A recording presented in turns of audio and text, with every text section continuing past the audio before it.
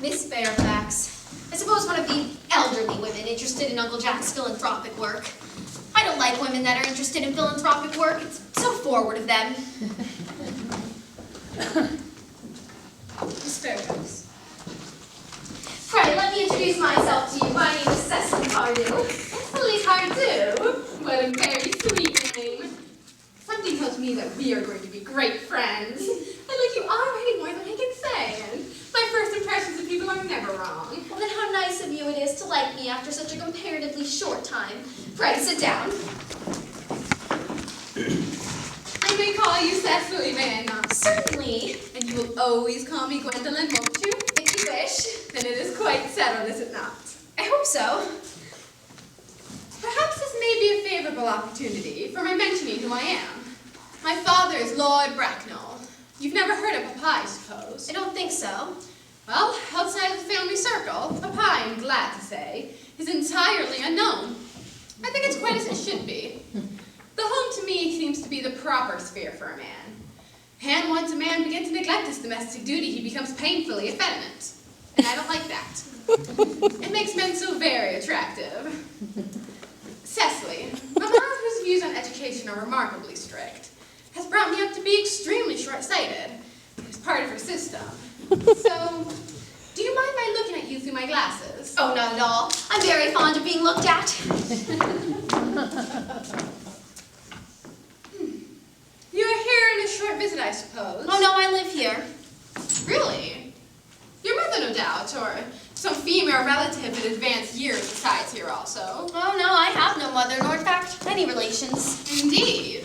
My guardian, with the assistance of Miss Prism, has the arduous task of looking after me. Your guardian? Yes, I'm Mr. Worthing's ward. Oh, that is strange. He never mentioned to me that he had a ward. How very secretive of him. He grows more interesting nowadays. I'm not sure, however, that this news inspires me with feelings of amidst delight. I am very fond of you, Cecily. I've liked you ever since I met you. But I'm bound to say, now that I know that you are Mr. Worthing's ward, I cannot help but expressing a wish that you are, well, just a little older than you appear to be, and not so quite alluring in appearance. In fact, if I may speak candidly. Pray do. Whenever anyone has anything unpleasant to say, I feel that one should always be quite candid. Well, to speak with perfect candor, Cecily, I wish that you were fully 42 and more than usually plain for your age. Oh. Ernest has a strong, upright nature. He's a very soul of truth and honor. Gwendolyn. Disloyalty would be as impossible to him as a deception. I'm sure. Men as noble as possible moral character are still extremely susceptible to the physical charms of others. Modern, no less than ancient history, supplies us with many painful examples to which I refer to. If it weren't quite so, indeed, history would be quite unreadable. Yes, Gwendolyn, but did you say Mr. Earnest Worthing? Yes. Oh, but it's not him that's my guardian, it's his brother, his elder brother. Ernest never told me he had a brother. Oh, well, I'm sorry to say they haven't been on the best of terms for a very long time. Oh, that accounts for it. And now that I think about it, I don't think I ever heard any man mention his brother. The subject seems to be distasteful for most men. Oh, Cecily, you've lifted a load off my mind. I was growing almost anxious. It would have been terrible if a cloud would have come across a friendship like ours, would it not? Of course, you are quite certain it is not Mr. Earnest Worthing who is your guardian. Quite certain. In fact, I'm going to be his. I beg your pardon? My dearest Gwendolyn, there's no reason why I should make it a secret to you. Our little county newspaper is sure to chronicle the fact next week. Mr. Earnest Worthing and I are engaged to be married. My darling Cecily, I fear that there must be a misunderstanding. Mr. Ernest Worthing is engaged to me. The announcement will appear in the Morning Post on Saturday at the latest. That's strange for Ernest. It was me exactly 10 minutes ago. It is certainly very curious, for he proposed to me yesterday at 5:30. If you care to verify the incident, pray do so. I never travel without my diary. One should always have something quite sensational to read on the train. I'm I'm so sorry, Cecily, if this is of any disappointment to you. But I'm afraid that I have the prior claim. Well, it would distress me so much, Gwendolyn, if this caused you any mental or physical anguish, but I feel bound to point out that ever since Ernest proposed to you, clearly he has changed his mind. If my poor fellow has been entrapped into any foolish promise, I shall consider it my duty to rescue him at once, and with a firm hand. Whatever unfortunate entanglement my dear boy may have gotten himself into, I will never reproach him with it after we are married.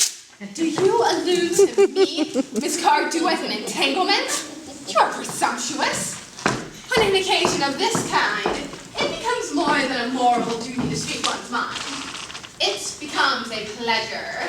And do you suggest, Miss Fairfax, that I entrapped Ernest into an engagement? How dare you?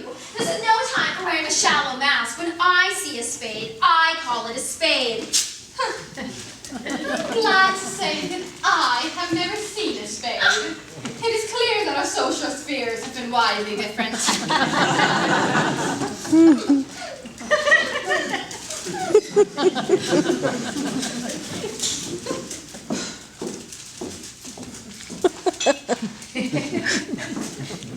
Shall I lay tea here as usual, miss? Yes, tea as usual. Are there many interesting walks in the vicinity, Miss Cardew? Oh yes, a great many. From the top of one's mountains, one can see close to 5 counties. 5 counties? I don't think I should like that. I hate crowds. I suppose that's why you live in the town.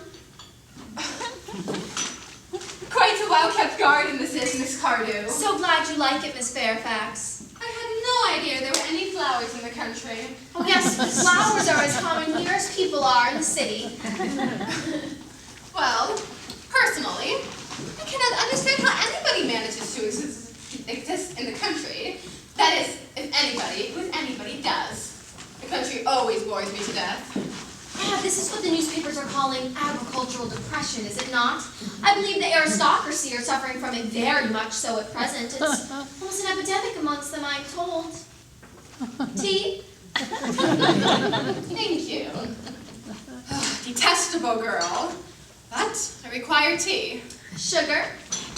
No, thank you. Sugar isn't fashionable anymore.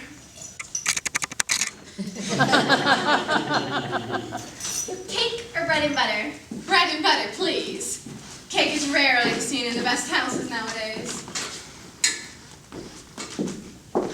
Hand that to Miss Fairfax.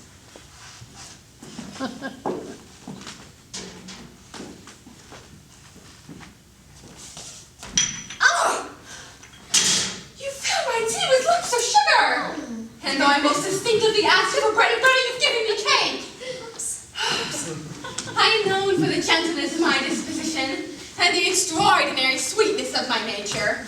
But I warn you, Miss Cardew, you may have gone too far. In order to save my poor, innocent, trusting boy from the omniscience of any other girl, there are no lengths to which I would not go. Ever since I met you, I distrusted you. I felt that you were false and deceitful. I am never deceived in such matters. My first impressions of people are invariably right. Well, then it seems to me, Miss Fairfax, that I'm trespassing on your valuable time. No doubt you have many other calls of similar character to make in this neighborhood. Oh, Gwendolyn. Ernest! My own Ernest! A moment. May I ask you if you are engaged to be married to this young lady? Cecily? Of course not. Who would put such an idea in your pretty head? Thank you. You may. I'm afraid there must be some mistake. The gentleman whose arm is present around your waist Cecily. is my guardian, Mr. John Worthing. That's your guardian?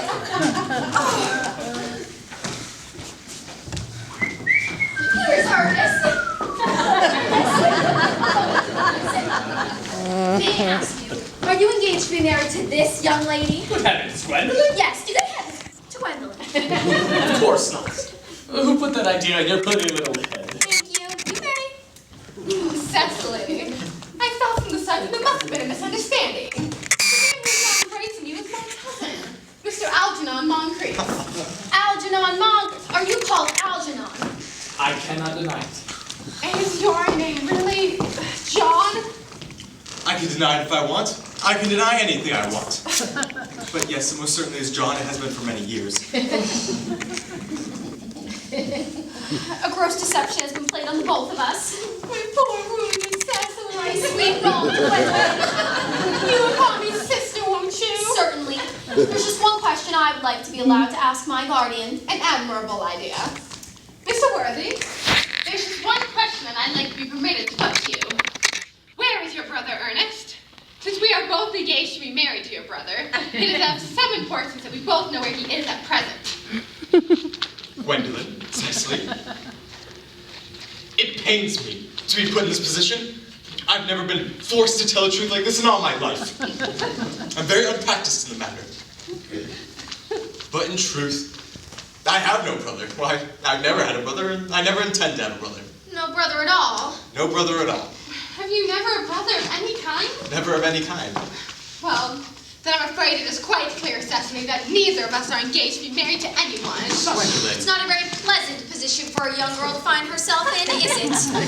Let us go into the house. They will hardly venture to follow us there. No, men are so cowardly, aren't they? Well,